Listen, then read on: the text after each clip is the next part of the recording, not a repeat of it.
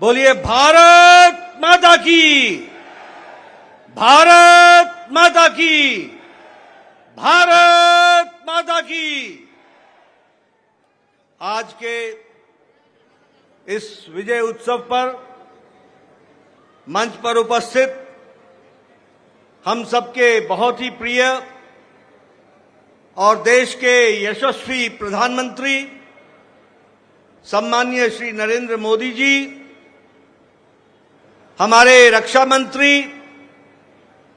आदरणीय राजनाथ सिंह जी, हमारे गृह मंत्री श्री अमित भाई शाह जी और यहां उपस्थित इतनी बड़ी संख्या में इस विजय उत्सव में आए हुए हमारे सभी समर्थक कार्यकर्ता बंधु,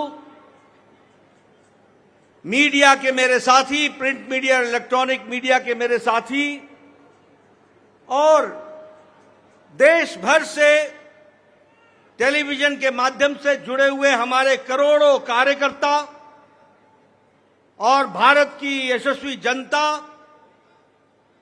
आज ये बहुत ही खुशी का विषय है कि आज इस धन्यवाद मोदी जी को देने के लिए और विजय उत्सव मनाने के लिए इतनी बड़ी संख्या में उत्साह के साथ आए हुए हैं कार्यकर्ता।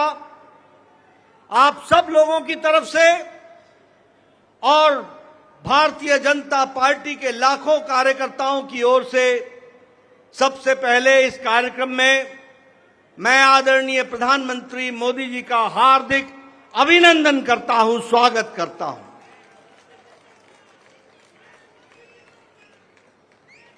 हमें सबको स्मरण है कि चाहे चुनाव की बेला हो, चाहे देश को नेतृत्व करने की बात हो और देश को समस्याओं से निकालने का, अब जिसे हम कहते हैं कि आपदा को अवसर में बदलने में आदरणीय प्रधानमंत्री मोदी जी ने हमेशा देश को, पार्टी को, देश की जनता को फ्रंट से लीड किया है। ऐसे हमारे यशस्वी प्रधानमंत्री जी का मैं अभिनंदन करता हूं, स्वागत करता हूं। मैं आज सभी एनडीए के साथी दल और भारतीय जनता पार्टी के कार्यकर्ता, जिन्होंने अथक प्रयास के साथ पीछे कई महीनों से अथक प्रयास किया और एनडीए को जो जीत दिलाई है, उसके लिए मैं साथी दलों का और हमारे कार्यकर्ताओं का और साथी दलों के कार्यकर्ताओं का भी हार्दिक धन्यवाद देता हूं और उनका भी मैं अभिनंदन करता हूं।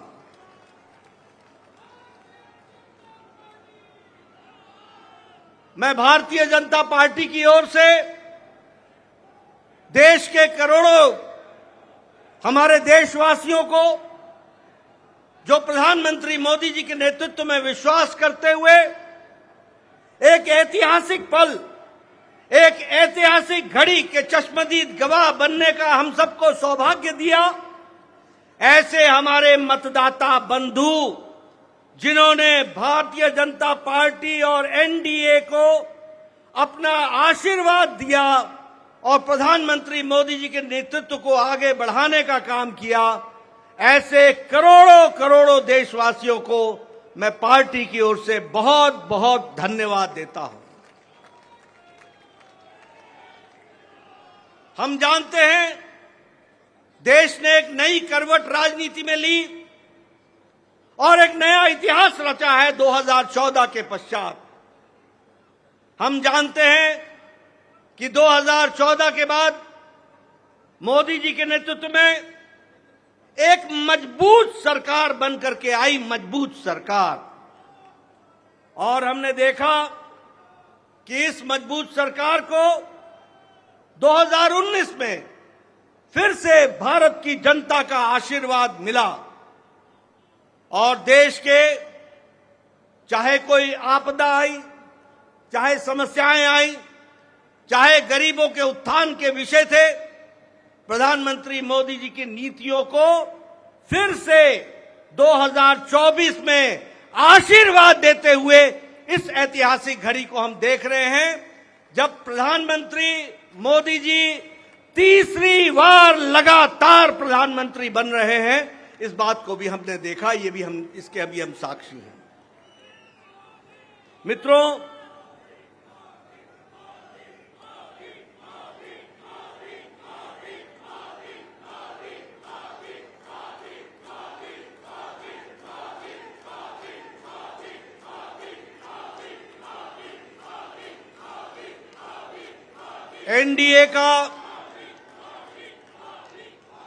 एनडीए का गठन के पश्चात ये कोई भी गठबंधन पहली बार भारत के राजनीति में तीसरी बार लगातार प्रधानमंत्री मोदी जी के नेतृत्व में सरकार बनाने जा रही है। और हम सब लोग खुशनसीब हैं कि हम उस ऐतिहासिक घड़ी के पल के चश्मदीद गवाह भी होंगे और साथ ही साथ उस पल को हम सब लोगों को देखने का सौभाग्य मिल रहा है। मैं यहां ये भी बताना चाहता हूं कि जो लोग देश हित के लिए काम करते हैं उन्हें चुनौतियां भी आती हैं और उन चुनौतियों को बखूबी लड़ करके देश प्रथम, देश को आगे बढ़ाना है, देश को आगे ले जाना है, इस कार्य के लिए आगे बढ़ते हैं। लेकिन कुछ लोग जिनके लिए खुद का स्वार्थ महत्वपूर्ण होता है और खुद के स्वार्थ के लिए स्वार्थपूर्ण गठबंधन करते हैं और स्वार्थपूर्ण तरीके से लोक लुभावने वायदे करके सरकार के नजदीक आना चाहते हैं, जहां ऐसे लोगों को देश की जनता सबक सिखाती है, वहीं इनका इकोसिस्टम जो देश के विकास के दृष्टि से जुड़ी हुई चीजें हैं उसको नकार देता है। बड़े बड़े राजनीतिक घटनाओं को दुनिया के सामने, देश के सामने उसको गलत तरीके से रखने का प्रयास करता है। हम बंगाल में 3 सीटों से बढ़कर के 77 सीट हो जाती हैं, उसकी चर्चा नहीं होती, कह देते हैं हम हार गए, भूल जाते हैं कि हमारे मत प्रतिशत कितने गुना बढ़े। तर दिल्लीमध्ये भाजपच्या सेलिब्रेशनमध्ये जे.पी. नड्डा बोलतायत। थोड्याच वेळात पंतप्रधान नरेंद्र मोदी सुद्धा इथे उपस्थितांना संबोधित करतील, त्यावर नजर असणारच आहे। तुर्तास एक छोटासा ब्रेक।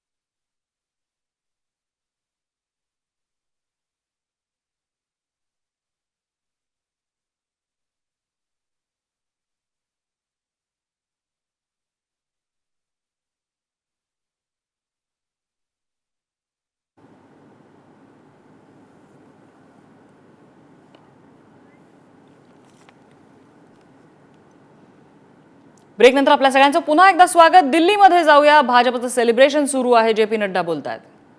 वाले गरीब लोगों के दुख उसको उन्होंने आत्मसात किया था. वो जानते थे गरीबी क्या है, वो जानते थे कि गरीबों का नेतृत्व करने की क्या आवश्यकता है, वह जानते थे कि देश को किस तरीके से आगे बढ़ाना है. और मुझे याद है कि 2014 में जब एनडीए की सरकार बनी तो आपने उस समय कहा था मेरी सरकार गांव को, गरीब को, वंचित को, पीड़ित को, शोषित को, दलित को, महिला को, युवा को, किसान को समर्पित रहेगी और उनके विकास के लिए हम काम करेंगे. आज हम गौरव के साथ कह सकते हैं कि आज आयुष्मान भारत में 50 करोड़ लोगों को दुनिया का सबसे बड़ा हेल्थ कवरेज मिल रहा है. और उनकी चिंता हुई है तो आदरणीय प्रधानमंत्री मोदी जी के नेतृत्व में हुई है. और आगे 30 में इस देश का कोई भी नागरिक जो 70 साल से ऊपर का होगा उसको भी आयुष्मान भारत का कार्यक्रम से जोड़ा जाएगा. इस बात को हमको ध्यान रखना.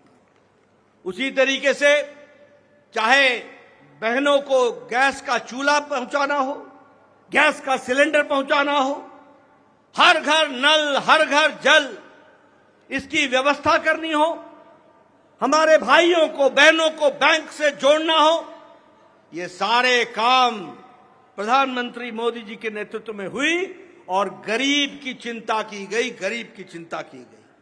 मैं यहां यह भी कहना चाहूंगा कि जब प्रधानमंत्री जी ने 2014 में बागडोर संभाली थी तो भारत की अर्थव्यवस्था लड़खड़ा रही थी. भारत की अर्थव्यवस्था के साथ साथ बैंकिंग व्यवस्था ये बिल्कुल लड़खड़ाई हुई थी, एक तरीके से ढह गई थी. और भारत देश की अर्थव्यवस्था के साथ साथ बैंकिंग व्यवस्था जब लड़खड़ाई तो दुनिया में भी हमारी अर्थव्यवस्था की ताकत कम हुई.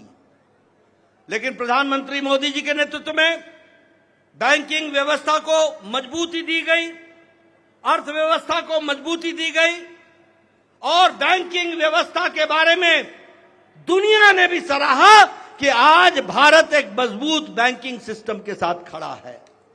और सबसे बड़ी बात यह है कि 2014 में हम 11वें नंबर की अर्थव्यवस्था थे, 11वें नंबर की.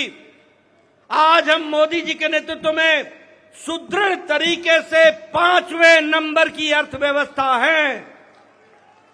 और मोदी 30 में तीसरी बार प्रधानमंत्री बन रहे हैं.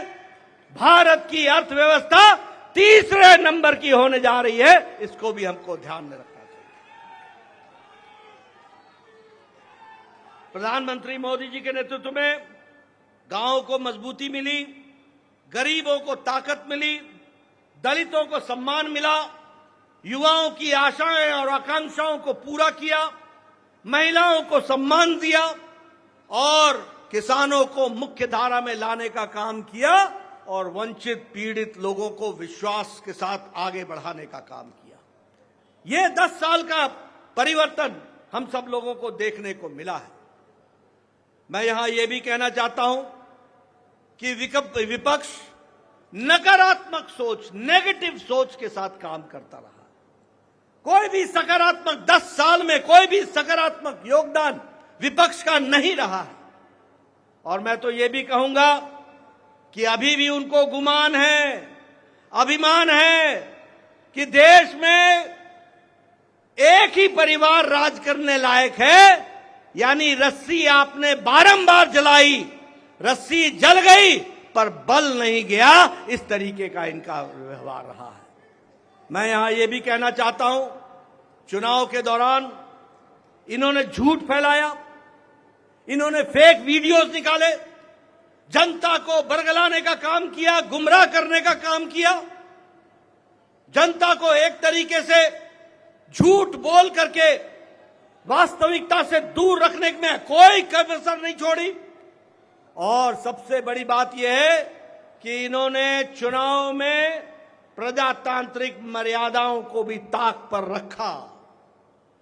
प्रधानमंत्री मोदी जी के लिए अपशब्द कहे, गालियां दी, एक बार नहीं अनेकों बार। ये विपक्ष का बौखलाहट बोलता है, ये विपक्ष की खिसियाहट बोलती है, ये विपक्ष का बारंबार हार देखने के कारण ये नतीजा हम सबको देखने को मिलता है। और ये अवसरवादी गठबंधन यह जिस तरीके से काम करता रहा है, लोगों ने इसको बारंबार खारिज किया है और 2024 में भी इनको खारिज किया, यह भी हम सबको मालूम है। ये तीसरी बार हार का सामना कर रहे हैं और इसके कारण ये बौखला गए हैं। मेरी इनको सलाह है कि आप अब अपना आत्मनिरीक्षण कीजिए, सेल्फ इंट्रोस्पेक्शन कीजिए। समय आ गया है कि बारंबार आपको भारत की जनता क्यों आपको गिरा रही है, क्यों आपका साथ नहीं दे रही है, इसका आपको इंट्रोस्पेक्शन करने की आवश्यकता है। और मैं यहां यह भी बताना चाहूंगा कि गठबंधन एनडीए का मजबूती से मोदी जी के नेतृत्व में देश का नेतृत्व करते हुए आगे बढ़ेगा और देश को आगे ले जाएगा, इस बात का हम सबको विश्वास है। मैं यहां प्रधानमंत्री मोदी जी और आपके बीच में ज्यादा समय नहीं रहूंगा, लेकिन प्रधानमंत्री जी आपको मैं विश्वास दिलाना चाहता हूं कि एनडीए का एक एक कार्यकर्ता, हमारी पार्टी का एक एक कार्यकर्ता, जो आप हर पल, हर घड़ी, हर दिन, हर महीने, हर वर्ष पूरी ताकत के साथ देश की सेवा में जुटे हैं, मैं आपको विश्वास दिलाता हूं कि आपके नेतृत्व में एनडीए का एक एक कार्यकर्ता भारत को सामर्थ्यवान बनाने के लिए, सक्षम बनाने के लिए, आत्मनिर्भर बनाने के लिए, समृद्ध बनाने के लिए कोई कसर नहीं छोड़ेगा और आपके नेतृत्व में उसको हम सपना को पूरा करेंगे और हम विकसित भारत की ओर आगे बढ़ेंगे। मैं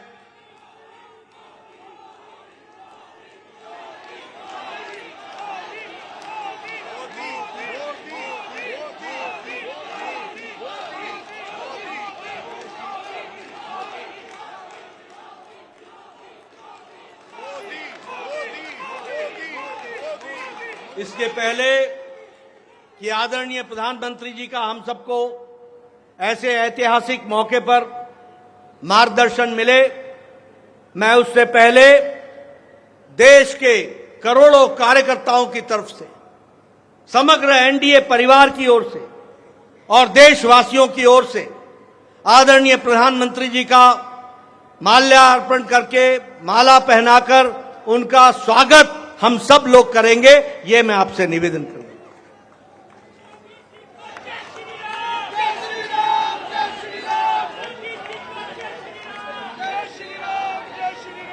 Thank you.